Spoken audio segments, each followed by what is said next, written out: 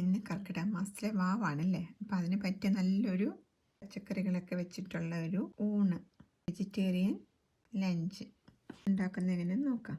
ശരിക്കും ഈ കർക്കിടക മാസത്തിലെ ഹെൽത്തി ആയിട്ടുള്ള ഫുഡ് കഴിക്കണമെന്നാണ് പണ്ടുള്ളവർ പറയുന്നത്. ഹെൽത്തി മീൻസ് ഇലക്കറികൾ, ചേന, കായ. അപ്പം നമുക്ക് അസുഖങ്ങളൊന്നും വരത്തില്ലെന്നാണ് പറയുന്നത്. കർക്കിടക മാസം പഞ്ഞമാസം എന്നല്ലേ പറയുന്നത്.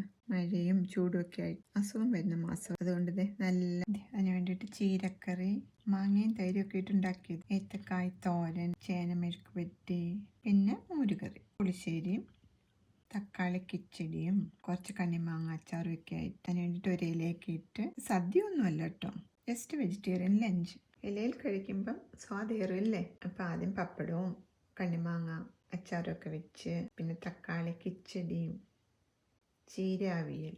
ഈ ചീരാവിയലിൽ ഞാൻ മാങ്ങയും തൈരും ഇട്ടുണ്ടാക്കിയ അടിപൊളി റെസിപ്പി കേട്ടോ. ഒത്തിരി സ്പൈസി ഒന്നുമല്ല, മൈൽഡ് സ്പൈസി ആയിട്ടൊക്കെയുള്ള ഒരു ചീരവിയലും, പിന്നെ പച്ചക്ക ഏത്തക്ക തോരൻ, ഏത്തക്ക തോരൻ, ചേന മെഴുക്ക് പുരട്ടി, അതിൻ്റെ കൂടെ കുത്തരിച്ചോറും കുറച്ച് പുളിശ്ശേരി, മോരുകറിയൊക്കെ ആയിട്ട്. ഇതെല്ലാം നമ്മുടെ വീട്ടിൽ തന്നെ ഉണ്ടാവുന്ന വെജിറ്റബിൾസ് അല്ലേ.